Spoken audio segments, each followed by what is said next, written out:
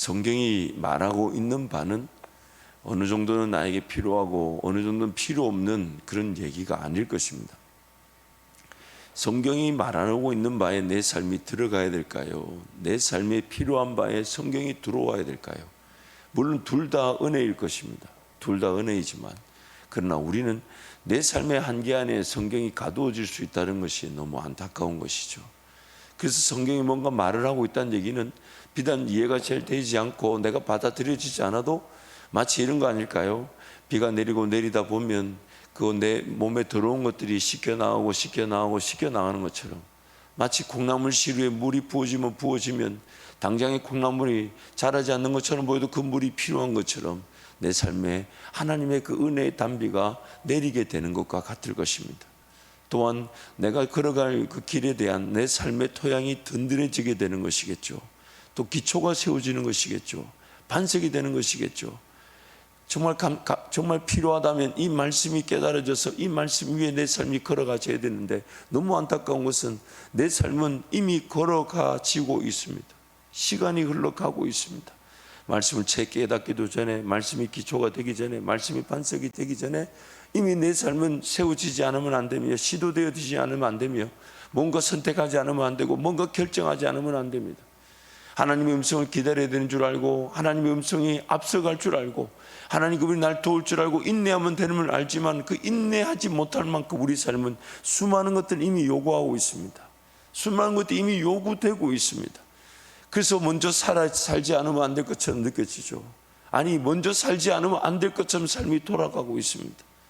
잠잠히 하나님만 기다리면 되는데 죽을 것처럼 느껴지고, 정말 내 필요와 내 원함 혹은 하나님의 그 뜻이 무엇인지 인내하면 되는데 인내하지 못하게 만드는 것이 우리의 연약함이고 부족함입니다. 그리고 그렇게 살아왔습니다. 그렇게 또 살아갈 수도 있습니다. 그러다 보니까 어느 순간 정말 성령 하나님의 그 전적인 역사와 인도하심에 대한 기대치가 살아나기보다는 죽어지지 않던가요? 목자 되신 예수님이 앞서 걸어갈 것에 대한 그 인도하심을 기다리기보다는 일단 내가 걸어간 길에 뭔가 필요와 문제 어려움을 해결해 줘야 되는 그 목자를 찾을 때가 있지 않았나요? 물론 그것도 은혜입니다. 그것도 은혜입니다. 부득불 사라졌지만, 아니면 살지 않으면 안 될 것처럼 걸어갔지만, 그래서 피할 수 없는 문제 어려움에도 주님이 나를 도우시니 그것도 은혜입니다. 그러나 우리 삶이 자꾸만 그렇게 다람쥐 쳇바퀴 하듯 그렇게 인생 자체의 종로로 타며 묶일 수 있다는 것이 이 새벽을 깨운 우리에게는 도전이고 두려움이며, 그래서 하나님 은혜를 구하는 것이라면, 하나님 오늘도 살기 위해 주를 따르는 것이 아니라 죽기 위해 주를 따르는 자 되게 해주십시오. 살기 위해, 살아가기 위해 주가 필요한 자가 아니라 내가 죽고자 하는 자리에서 주가 살아 역사하시는 그런 삶이 되기를 원합니다. 그래서 지금 우리가 지금 하이델베르크 요리문답을 해보다 보니까 저 역시도 많이 느낍니다.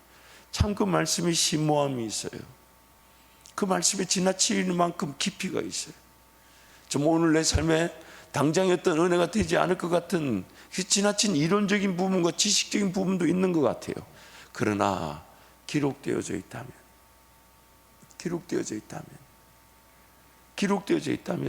오늘 나에게, 우리에게 이 땅에 필요한 말씀이기 때문에 기록되어져 있다면, 하나님 지금 당장은 깨달아지지 않아도 잘 듣게 하여 주시고, 잘 품게 하여 주시고, 내 삶의 반석처럼 기초처럼 다져지게 하여 주시고, 그러나 언젠가는 것을 깨닫게 하실 그날에 그 깨달음의 기쁨으로 내 삶의 열매를 보게 하시는 하나님 은혜를 누리게 하여 주옵소서.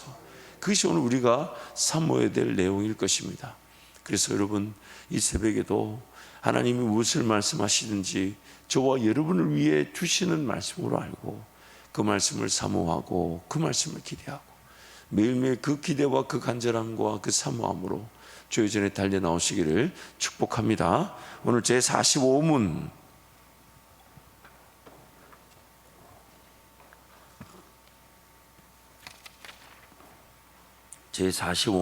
예수와 함께 부활하였습니다. 오늘 부활에 대한 말씀입니다. 제45문 그리스도의 부활은 우리에게 어떤 유익을 줍니까? 첫째, 그리스도는 부활로서 죽음을 이기셨으며 죽으심으로써 얻으신 의로 우리를 합류하게 하십니다. 둘째, 그의 능력으로 말미암아 우리도 이제 새로운 생명으로 다시 살아났습니다. 셋째, 그리스도의 부활은 우리의 영광스러운 부활에 대한 확실한 보증입니다. 제45문 그리스도의 부활은 우리에게 어떤 유익을 줍니까? 첫째, 그리스도는 부활로서 죽음을 이기셨으며 죽으심으로써 얻으신 의에 우리로 참여하게 하십니다. 둘째, 그의 능력으로 말미암아 우리도 이제 새로운 생명으로 다시 살아났습니다. 셋째, 그리스도의 부활은 우리의 영광스러운 부활에 대한 확실한 보증입니다. 그리스도 부활이 우리에게 주는 유익을 세 가지 내용으로 답하고 있습니다. 그 세 가지 내용을 제가 한번 이렇게 좀 더 우리 편에서 쉽게 이해할 수 있는 것으로 한번 정리해 보았는데, 첫 번째는 그리스도는 죽음을 이기시고 부활하셨습니다. 그리고 우리도 그리스도와 함께 죽고 부활하였습니다. 더 이상 제 종이 아닙니다. 그 부활의 유익의 첫 번째는 우리의 의롭다 하게 하시는 그 측면에서 더 이상 우리가 제 종이 아닌 하나님께, 즉 의의 종으로 살아갈 수 있도록 부활하셨다는 겁니다. 둘째, 그리스도께서 부활하셨기에 우리도 죄에 대하여는 죽었고 하나님께 대하여 살아갈 새 생명의 삶에 초대되었습니다. 우리의 중생, 즉 거듭남의 삶을 위하여. 여러분, 거듭남이라는 게 뭡니까?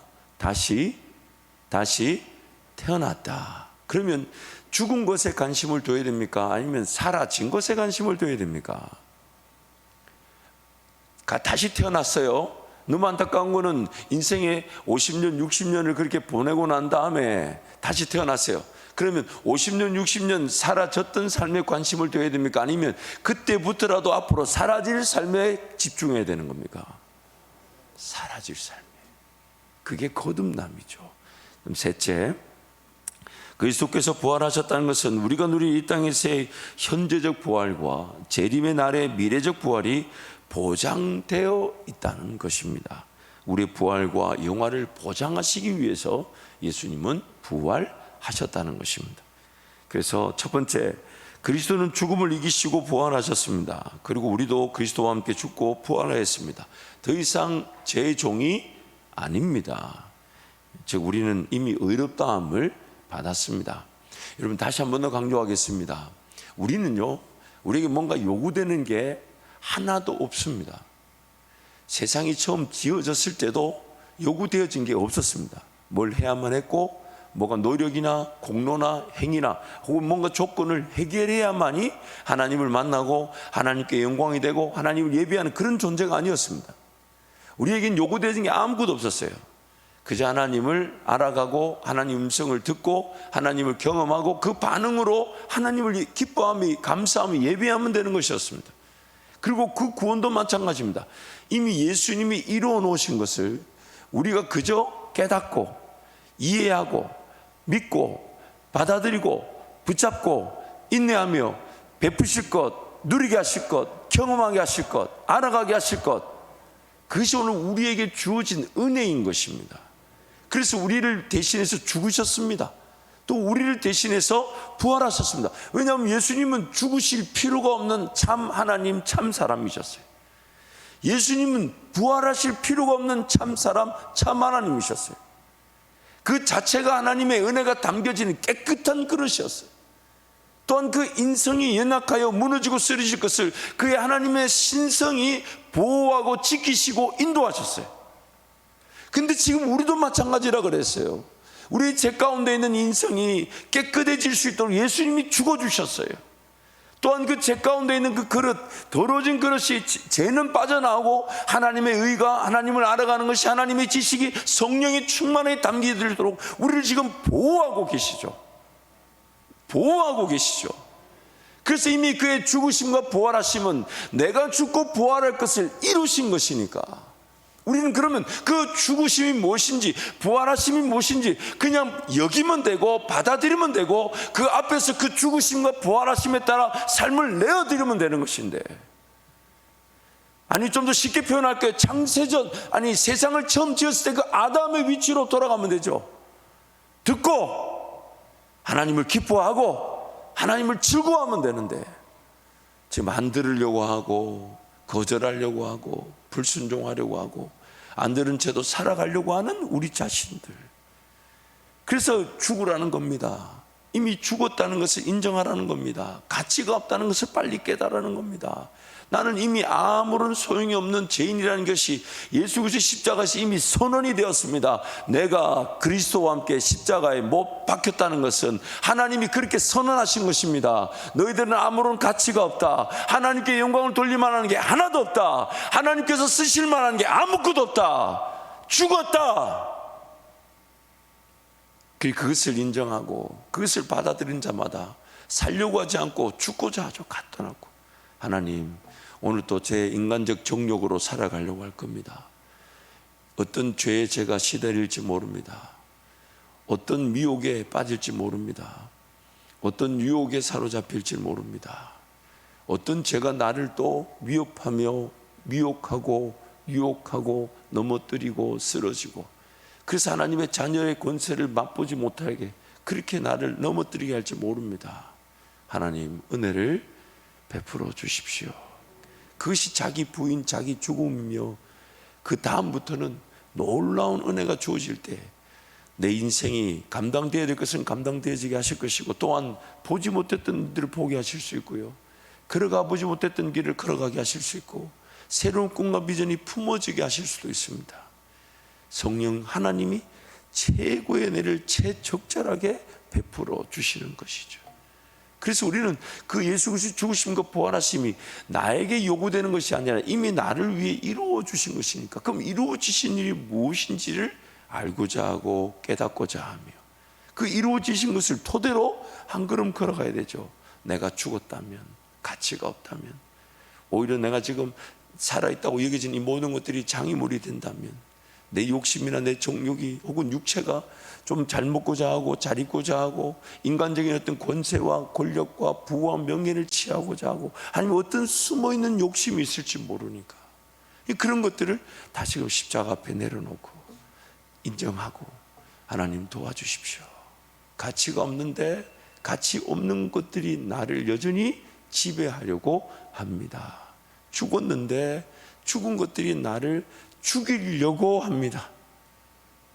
그래서 오늘도 우리는 그리스도의 죽으심과 부활을 기초로 발걸음을 걸어가고 선택하고 결정하는 것입니다. 말씀 함께 선포하겠습니다.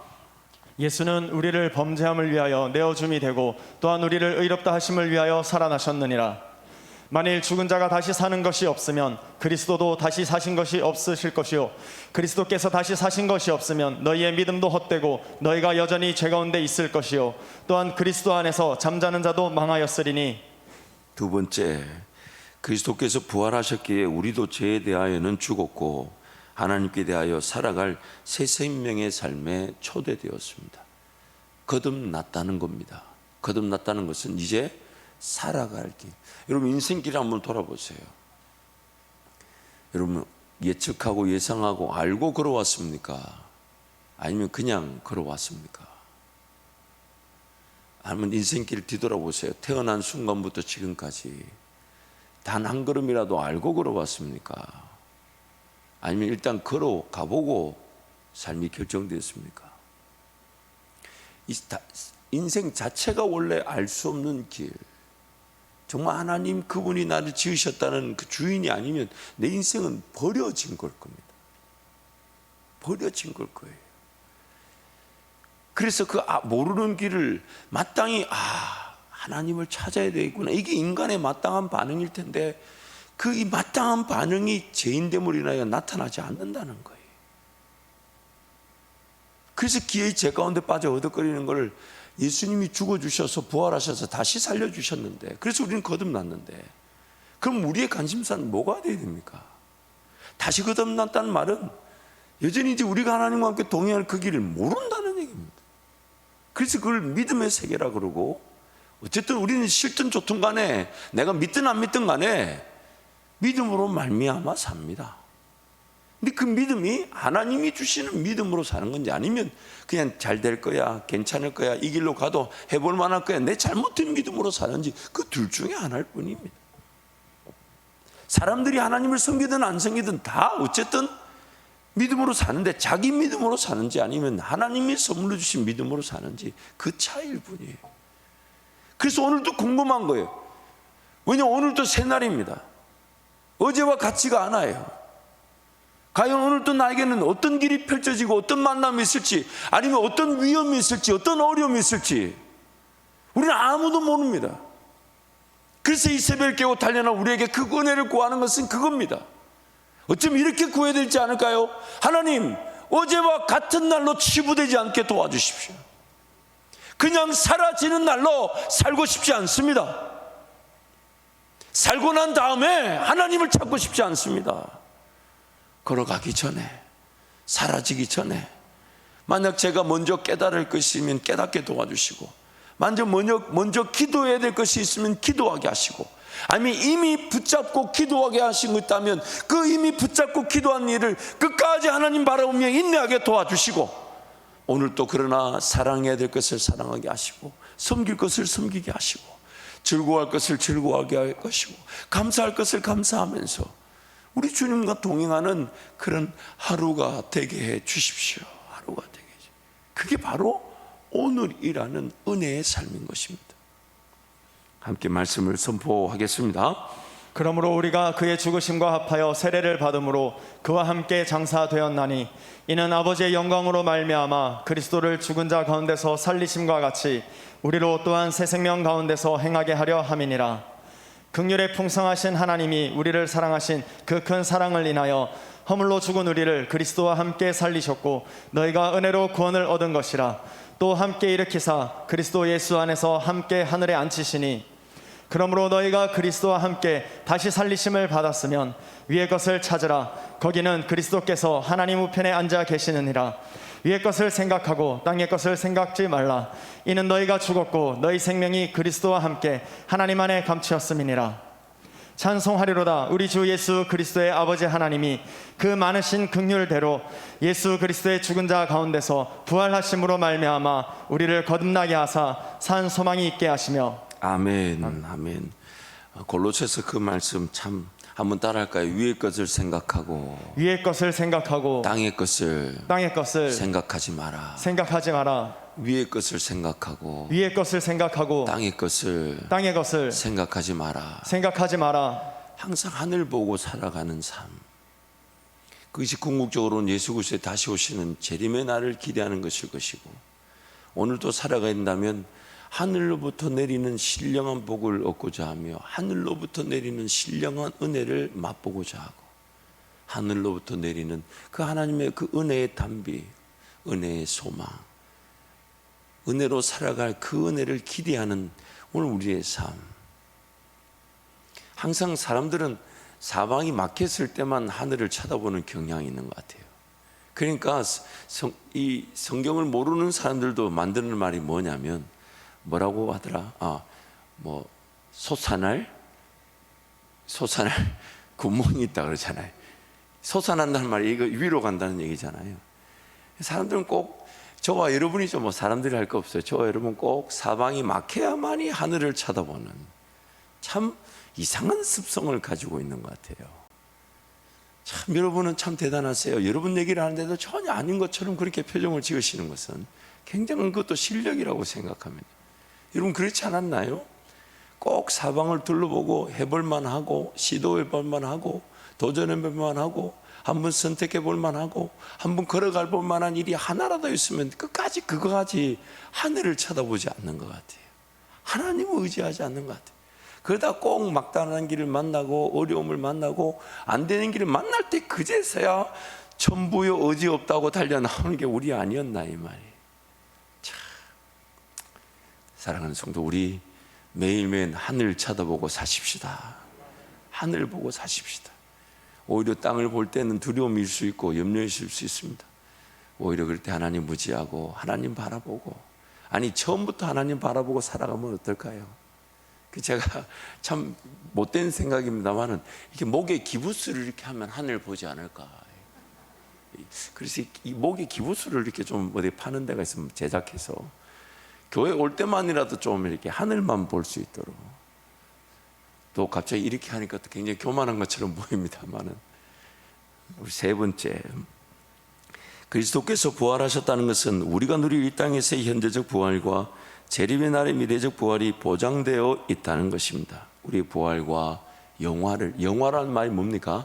이 땅에서는 우리는 성화의 기회를 가지고 있죠. 예수 그리스도를 닮아가고 거룩하여지고 깨끗해지고 예수 그리스도의 그 구별된 신부와 같은 삶을 추구하며 살지만, 그러나 이 땅에서는 완전한 깨끗함, 완전한 거룩함은 존재하지 않습니다. 그러나 우리의 삶이 끝나는 날 우리는 그 성화의 옷을 벗어버리고 영화요, 그러니까 완전한 영광에 들어가게 되고, 완전한 영화의 상태, 하나님께 영광이 되는 삶에 들어가게 되는, 그래서 그 부활은 현재적 부활, 즉 성화의 기회가 있고요, 미래적 부활, 즉 영화의 은혜가 있는 것입니다.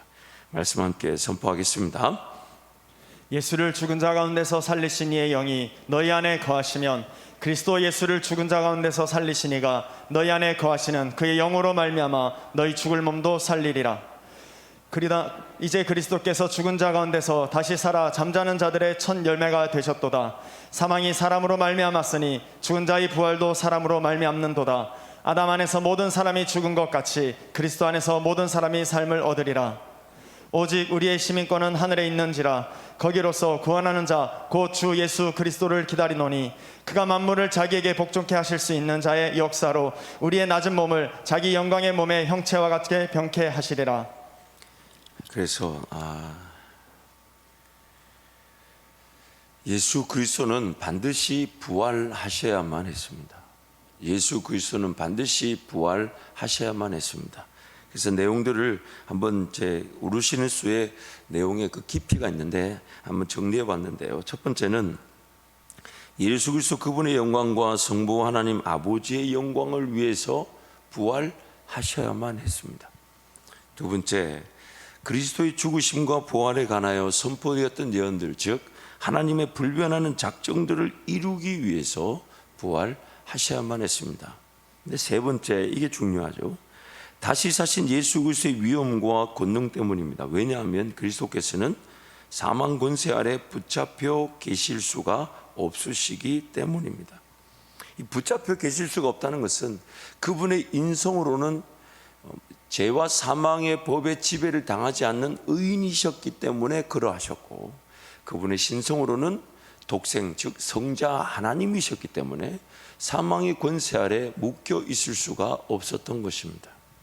그래서 그 세 가지 내용으로 예수 그리스도가 사망 권세에 붙잡혀 있어서는 안 되는 예를 설명하는데, 그리스도는 하나님의 사랑하시는 자요 독생자이기 때문이며, 그리스도께서 참 하나님이시며 생명의 주인이시며 또 근원이시기 때문에 죄와 사망의 법에 갇혀 계셔서는 안 된다는 것이죠. 또 세 번째, 그리스도 그분은 의로우신 분이셨고 그분의 죽으심으로 말미암아 그분에게 전가되었던 우리의 죄들을 다 보상하셨습니다. 그러나 죄가 없는 곳에는 사망이 더 이상 왕노릇하지 못하는 법, 즉 죄와 사망의 법 아래 갇혀 계실 수가 없는 의인이시고 하나님이시기 때문에 부활하셔야만 했던 것입니다. 그런데 이 모든 것들이 네 번째가 제일 중요한 거죠. 그리스도께서 살아나신 것은 중보자의 직분을 계속 수행하시기 위함이다.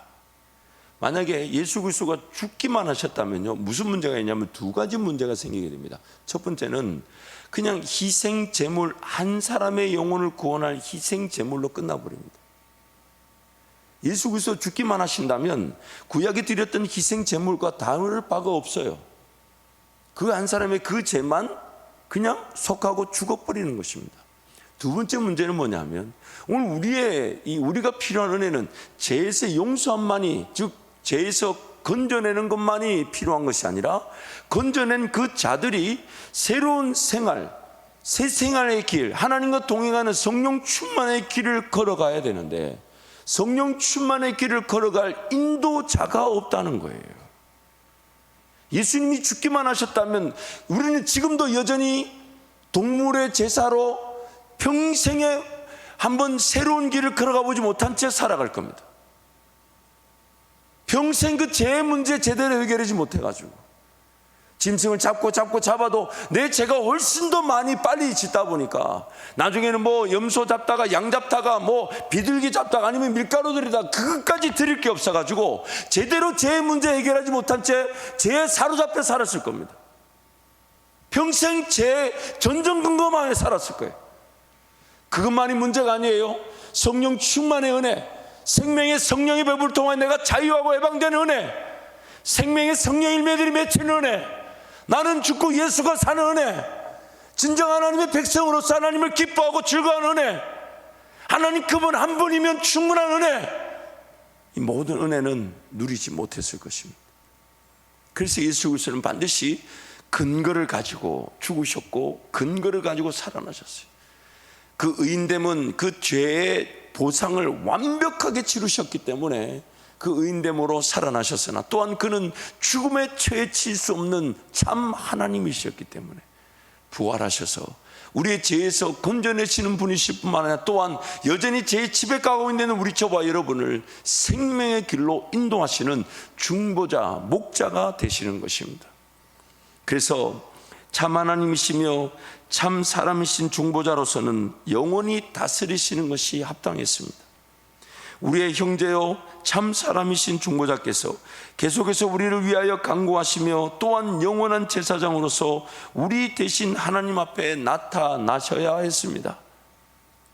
또한 참 사람이신 중보자로서는 공로와 공요 모두를 통해서 중보자가 되시는 것이 합당했습니다. 그분의 죽으심으로 우리를 위해 값주고 사신 은덕들, 즉 의와 성령과 영생과 영광을 그분의 능력으로 교회에게와 우리 모두에게 베푸시는 것이 합당했습니다. 그래서 마지막으로 글 하나 소개합니다. 그리스도께서는 반드시 부활하셔야만 했다. 그래서 참 하나님이시며 참 사람이신 그분은 영원토록 우리의 형제요 우리의 머리로 남아 계셔야 하며 또한 우리는 참된 믿음으로 그분에게 접붙임을 받아 계속해서 그분의 지체들이 되어야 하는 것이다. 그분이 지금도 참 사람, 참 하나님으로 부활해 계신 것은 하나님이시기 때문에 우리를 그냥 내가 죽고 너희를 위해 건져냈으니까 나를 따로 이게 아니라 우리와 같이 사람의 몸을 입고 우리와 같이 사람으로 이 땅의 삶을 사셨다가 제 모든 대가를 지불하시고 또한 참 사람 참 하나님으로 부활하셔서 지금도 우리를 위해 중보하시는데 하나님으로서 중보하실 뿐만 아니라 어떻게 하신다고요? 지금도 우리를 위한 대제사장으로서 그 인성을 가지신 분으로서 우리를 위해 친히 간구하고 계신다고. 근데 그것이 성경이 뭘로 얘기하냐니까 만약 하나님이시라면 감히 우리가 어떻게 그분에게 접붙임 받겠습니까? 어떻게 그분에게 연결되어서 생명을 공급받겠습니까? 그래서 그분은 참 사람으로 사셨고 죽고 부활하셔서 승천하셔서 지금 참 사람이시면서 참 하나님으로서 여전히 우리를 붙들어 주시고 연약함과 채울함을 다 아시면서 인도해 주시고 보호해 주시면서 그 생명의 영양분을 공급해 주실 수 있으시다는 겁니다.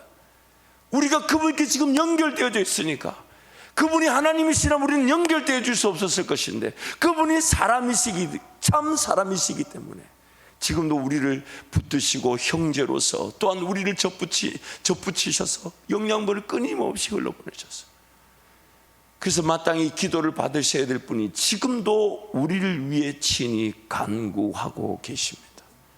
지금도 우리를 위해 친히 간구하고 계십니다.